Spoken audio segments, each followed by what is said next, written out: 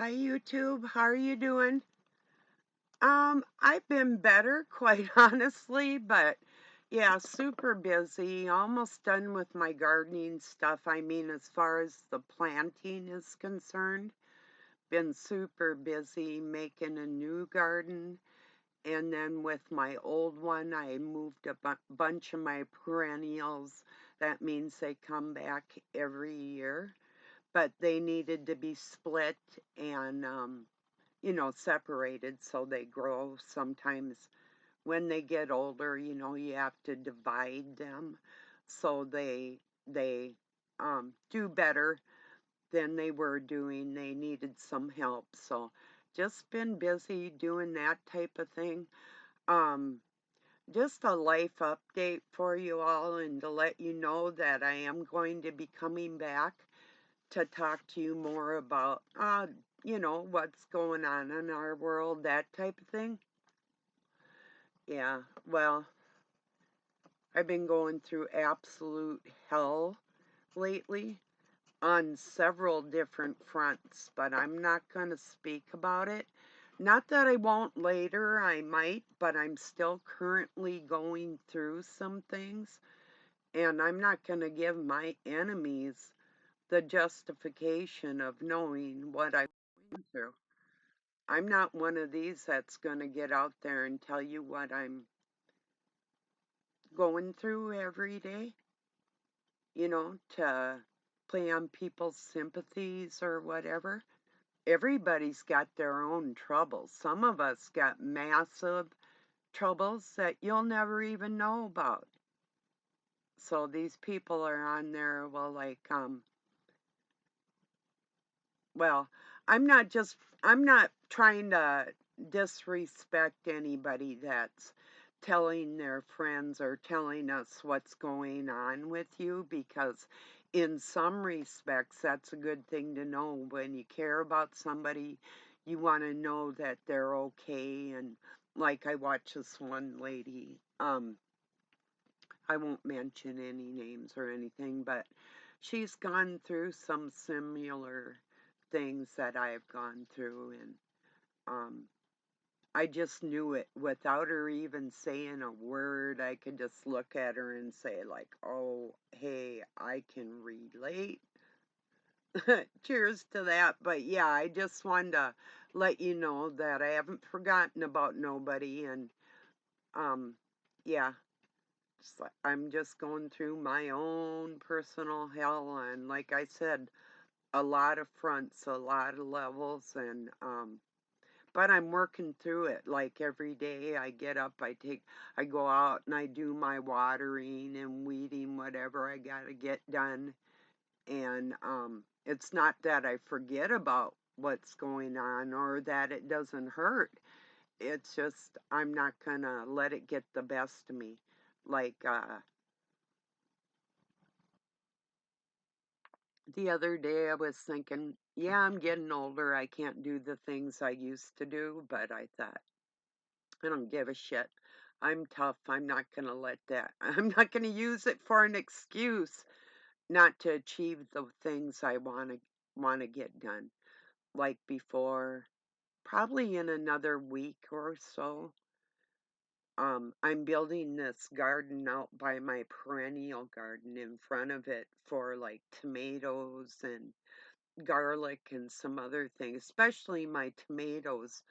Um, I've got one plant that I had cloned from last year that I have in the backyard, but in the front yard, I want to grow some super giant ones that always gets destroyed by the deer. The minute my fruit sets it, I mean, I've had fences, I've tried everything. This time I'm going with, it's sort of like a Native American, the Amish do it.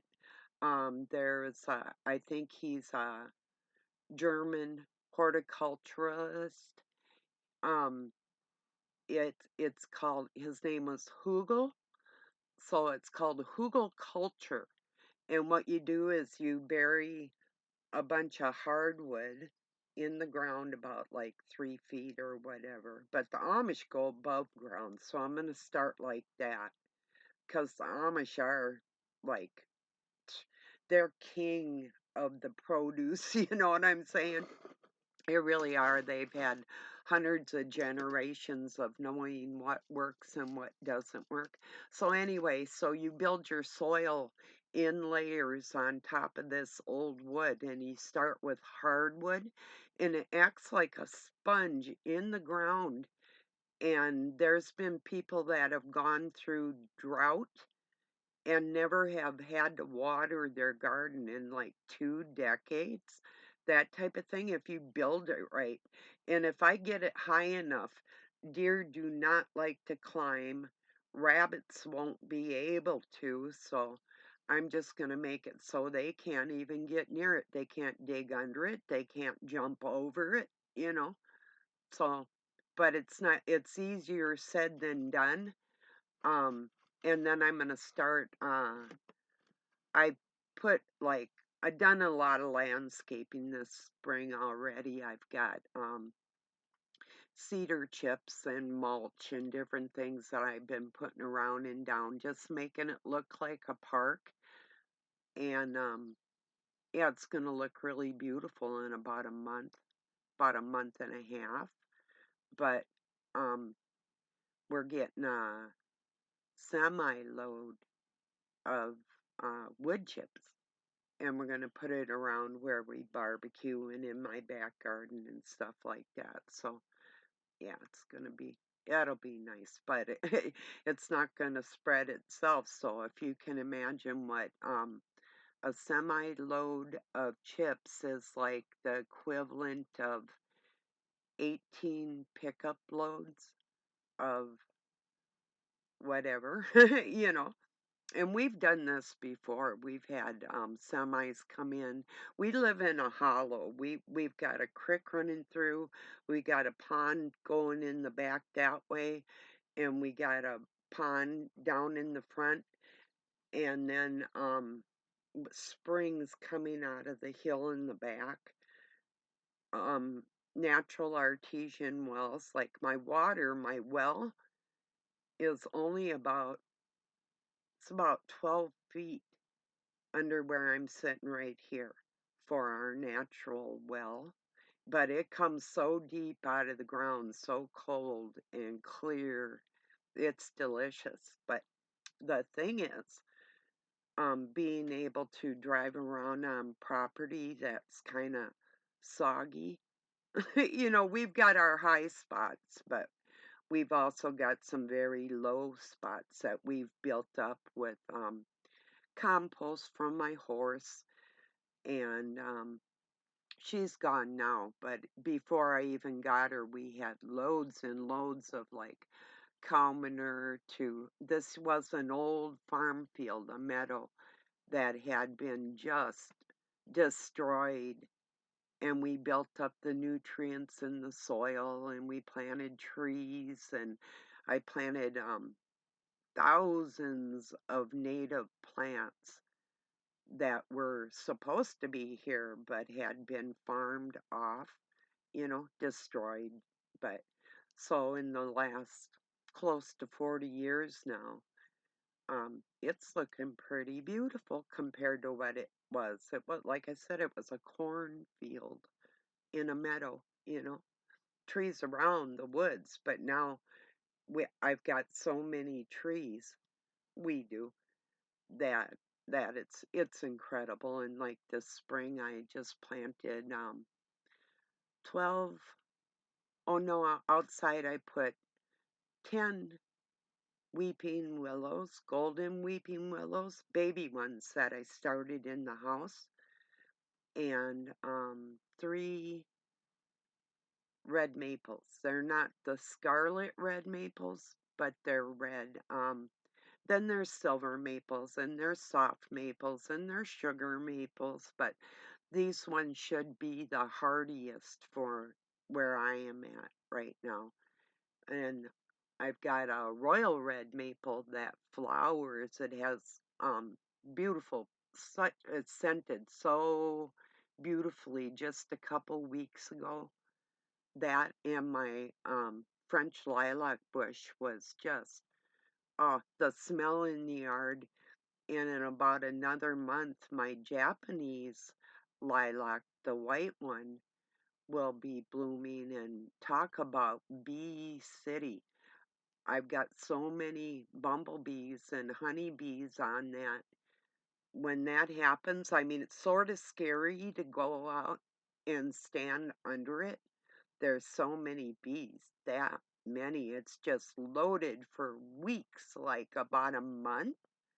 They go crazy. So I'm feeding the pollinators too. And one thing I had moved was I have this little hydrangea. It's called a, well, snowball bush, only mine's miniature. And where I had it, I've had to move it like 4 times now in the last 25 years. I put some of it in a container now, um, in this kinda like, whiskey barrel type planter thing. I've got 3 of its babies in there, and then I took the main mama root and put it on the top of this flower bed that I have. And they only get about 3 foot high, and the snowballs, instead of being like that big, or some of them on hydrangeas get about like that, mine are about like that. I've got 2 of them on there, which is really cool because even moving a plant sometimes it won't want to um, do what it's supposed to do. It won't want to flower after you shocked it. So yeah, I went from talking about the dark cabal to going back to gardening and planting. I'm a farmer instead of a warrior right now. Oh, I'm a warrior farmer, but yeah, I just have things to do to establish some gardens in our lives right now. And really, the way food prices are, and it's crazy. I've got stuff like for my kids and grandkids if they're ever desperate, they know where to come. I've got water. I've got the means to cook and clean and eat when other people, and heat when other people won't be able to. And that's not just with a few generators and stuff. That's absolutely with things that are hand powered and that type of thing. I'm talking like desperation, like cistern pump and hand pumps, in the house in the winter with heat when nobody else will actually have that. So, yeah, stuff like that with my 2 woods. One's a quick stove and the other's a heat stove. And so I'm actually set if a EMP strikes. I'm set. And especially in the food category, every time of year I can go out in my yard or my area and find something substantial. If not protein, well, absolutely stuff with protein in it, but and other stuff. My berries are coming in. I have red currants and raspberries, blackberries, strawberries. Um, my blueberries got murdered, but I sort of forgave the person that murdered them. There's wild ones. I can go foraging and but yeah. So I mean, and I could go on and on. There's apples and nuts, hazelnuts around the area, acorns, cattails, my asparagus, rhubarb, um, all kinds of herbs and you name it, all kinds of stuff. Well, I got stuff like this year I put in radishes. I've got the regular red cherry bell radishes growing, but then I got these really cool ones that are called watermelon radish. I can't wait to try them. They're green on the outside and pink in the middle. And when you slice them, they look like a watermelon. I thought that's going to be so pretty in the salad. I've got that next to some bok choy that I'm growing and lettuce, and I've got these bushes growing called it's another berry bush, but it's called sea buckthorn, SEA, like near the sea, and buckthorn, and there are these yellow berries. Some of them get pretty large. The variety I got is a pretty good sized berry. And the thing about it is it has all, unlike most plants, it has all your omega-3 fatty acids, and it has omega-7, which most plants don't have, and you only find that in like sardines and salmon. So this berry has got that amino acid in it that you need to process all the other ones. And it's high in C and uh, riboflavin and different things. So yeah, but I started them from seeds, and you had to cold stratify them because these things, which means that you have to get them cold or start them in the ground when the ground is cold, and then they'll come up in the spring. But I put them in the freezer, and because I studied it on what to do with these, and because they grow in Siberia, and for something like in my state, we have seen 40 and 50 below, and then if you have a wind chill, we're talking tundra, we're talking like Arctic. It's not I'm not joking. It gets super, super cold here. So, and super tropical. So it's like we go from extremes. So yeah. But I just wanted to give you an update and let you know that I'm thinking about you all. And I do want to come back. I'm still going to talk more about the gods of this world. I mean, I definitively can't prove nothing. All I can do is tell you that I read some literature on what they were going to do to people, against people, and this is coming from the inside. And I started my war a long time ago, and there's all kinds of conflicting information out there. And so, what I've decided to do is I might pull up a few documented things that serve my side, your side of the story to benefit us. But I'm sure there's going to be retaliation, um, naysayers on, like, oh, like, basically things wouldn't really be that bad, or she doesn't know what she's talking about, or whatever. I just had to let it go in my mind. It's like I know what's up, people know what's up, and we'll just take it from there. So I was a little not intimidated or nervous, but a little intrepid.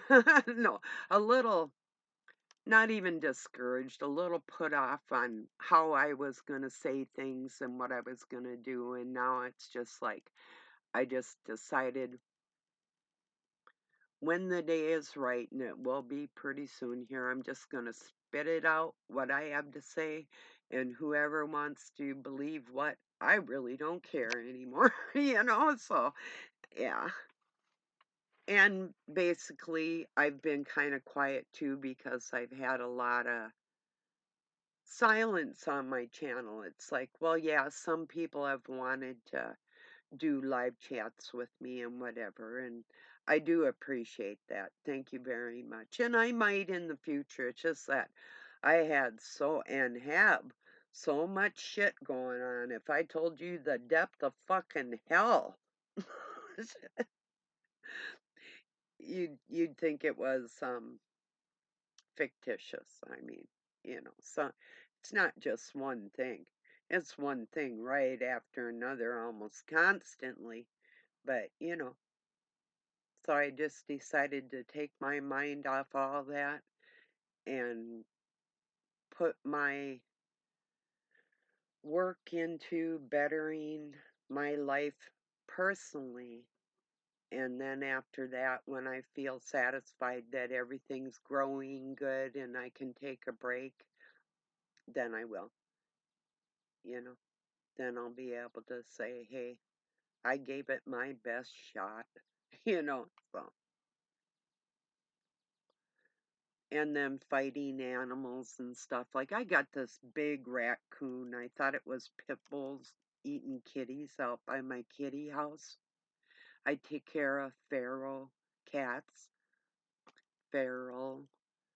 Um, yeah, big bastard was out there last night too, and Doug was thinking about shooting him. And I hate to do that, but he's standing there. I got this little. It's my horse's treat dish. I've got her treat dish in front of her big old water tub. Um, so the kitties can get up, and in the winter I keep it heated for them. So, um, he's standing on that shelf. He's standing on it looking at me like, "Don't yell at me. I love you. I just want to drink some water." He's like, he's a fucking terrorist. He's huge. He's one of the biggest raccoons or she that I have ever seen. And I've seen it around for about 8 years, but it really is a menace. So, but yeah, we live in the country, so that's what we get. But yeah, so I really hate to do anything to it. Yesterday I went out and it's supposed to repel raccoons. I took half a bottle of hot sauce and a whole bunch of vinegar and I put it in a big sprayer and I'm walking around. We've got 5 acres, so some of our outbuildings are like spread apart and walked around the perimeter of everything, squirting it. Next thing I know, and I put up a solar powered um, motion detecting light. I just did that yesterday, so it wasn't charged up enough to come on last night when that little creep was out there just looking at me like, but I love you. You feed me, you know? It's like, yeah, I'm gonna feed you. I'm gonna feed you to the flies if I get my hands on you. Ugh, but yeah, because it actually harms baby kitties. Yeah, they will. So the mama cats that I had their babies murdered for the last 2 years have learned to go have their babies in other buildings, and I feed them up by the kitty house. But I only put limited food, so there's no extra around for that raccoon to get. So the kitties eat during the day, and when the coon comes in the evening, there's nothing for it. So that's what I've had to do. I used to like to just leave food out for them all day. Anytime they're hungry, they could have access to it, but I can't do that anymore. It's too dangerous for the little ones. So like I say, I just want to get on here, say hello to the ones that care, and let you know that I do have a lot to say yet in my life about different things and not just my opinions, but things I have learned and things that I want to share with people when the right time comes. And might be a week or two or a little more out here, but I wanted to let you know that I love you all and I've been thinking about you. And so I'm going to sign off now. Peace and love from Pine City, Minnesota, USA. Have a good night or day wherever you're at. Just know, like, I don't forgive these bastards that hurt people and hurt little kids and deceive people and lie to people. No, I don't. I'm not gonna. I'm not about to. And if you hurt women and children, I fucking hate you.